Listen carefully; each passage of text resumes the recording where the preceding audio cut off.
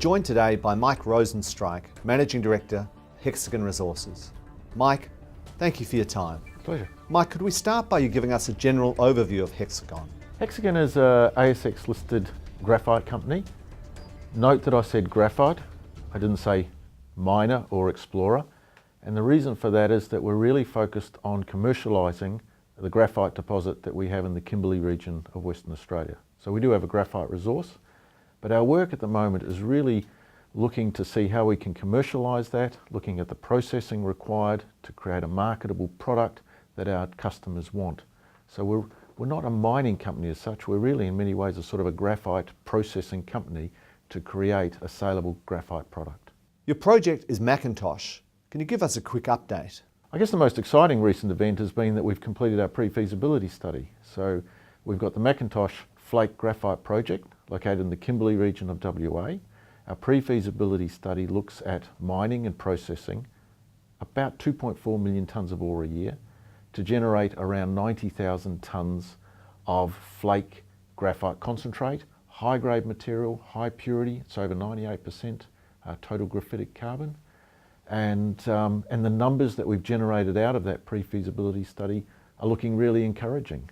The NPVs around 260 million Aussie, strong IRR around 46%, and it gives us the encouragement that we want to move this on. What did the pre-feasibility show you in terms of the next stage of work? I think the key thing is that it showed us that the project works. A pre-feasibility study is all about, does the project work using conservative and sensible assumptions. You're not trying to stuff it full of all of your aspirations. And clearly with the kind of financial numbers that I just told you about, we have a working project. The sort of some of the key messages to come out of that is that there's opportunities to improve our technical performance that we would like to expand upon as we roll into feasibility study. It told us that there's opportunities to reduce our capital costs.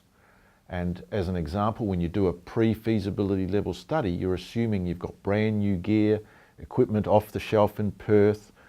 But when you actually go to build the project or pin it down in a feasibility study, you know that you're going to be looking around for procurement, you know that you've got access to second-hand equipment and things like that. We haven't assumed any of that. We're aiming to get a 20 to 30% reduction in our capital cost by tightening up our equipment selection and the sourcing of that gear. On the operating side of things, we've got an operating cost at the moment through the pre-fees of around $1,000 Aussie per tonne of product. And candidly, that's at the high end.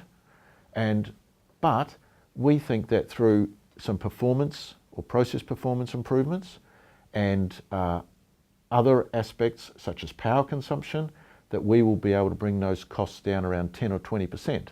And guess what? If we're successful in that, in a US dollar sense, we're down in the pack with our peer companies.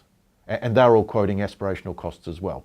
So I think there's a lot of promise as we move through this feasibility study to improve the technical performance, improve the financial performance. Could you tell us about the grade of McIntosh and the flake size distribution? Look, the grade of McIntosh is around 4.5% of the entire resource. It's around 4.5% total graphitic carbon. And that's not the highest grade graphite deposit in the world by any means. And some people are negative on that aspect, but I'd actually counter and say that, yes, it's 4.5%, but the positive thing is that it's all 4.5%, which means that from a geological point of view, it's consistent. And second of all, it's quite pure. It doesn't suffer from a lot of the deleterious elements that some other graphite deposits that might be higher grade suffer from.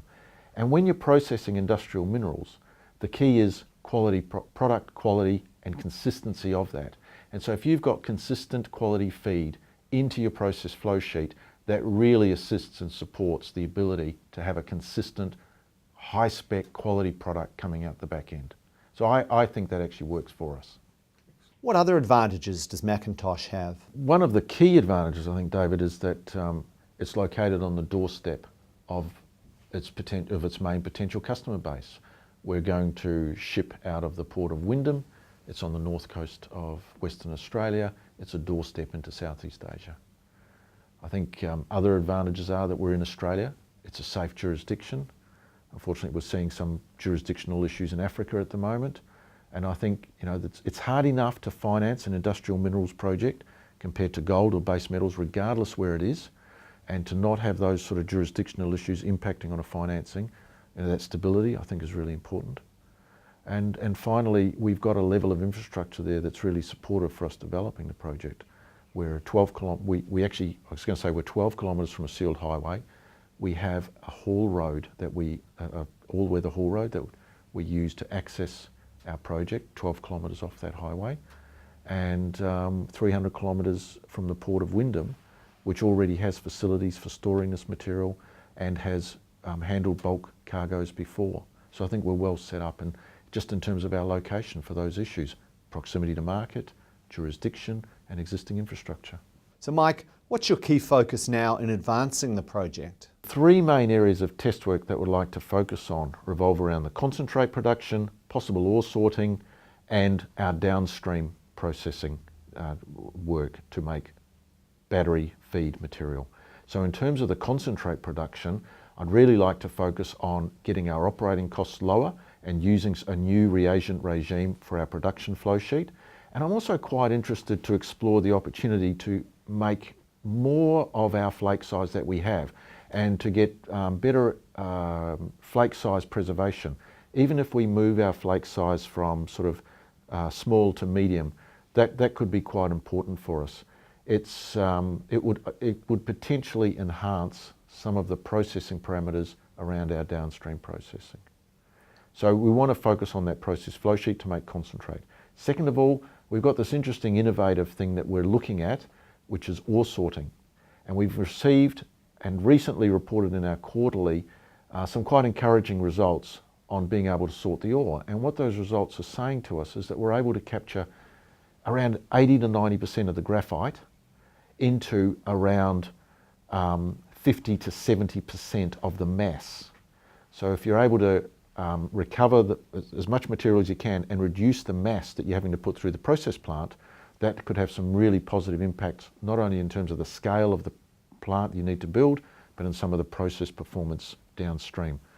Those results are really early stage. We're not quite sure exactly how it's going to go or exactly which part of the flow sheet this ore sorting has got a home in, but encouraging at this stage. And the third one?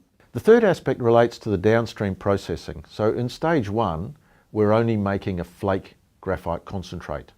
But in stage 2, we're actually now testing to see how amenable our product is for spherical graphite that's used in lithium-ion batteries. And in fact, this test work is happening right now in China, and I'm looking forward to being able to share those results soon. And it's all about yield and electrical properties and consistency of product specs. I understand you're travelling to China shortly. That's right, travelling up to China this month with my chairman, Charles Whitfield, and we'll be discussing the progress of that downstream test work that we're talking about. And we're also going to initiate discussions with a number of graphite players in country to talk about offtake and other opportunities around financing. Mike, what's your view on the outlook for graphite? Well, obviously I'm bullish, David. But the traditional graphite market is really around industrial uses. It's been really strongly coupled to the steel industry, and but as well the traditional uses revolve around fire retardants, around the refractories in business and applications like that. What's quite exciting is that at the moment the uptake of graphite into batteries is only around 7%. And that's being forecast over the next decade to move to something like 30%. And there's also this competition between natural flake graphite, the material we're making out of McIntosh, and synthetic graphite, which is a byproduct from the oil refining industry. And what we're seeing is that the price advantage of the lower priced flake is starting to displace the higher priced synthetic in a whole range of those uses that I've just described. So there's a whole lot of dynamics, and what's clear to me is that particularly outside of China, the market is really quite immature and fragmented, and that creates opportunity for us. Now our product is focused on the lithium-ion battery space. We may look at some other diversification, but at the moment that's where we're focused.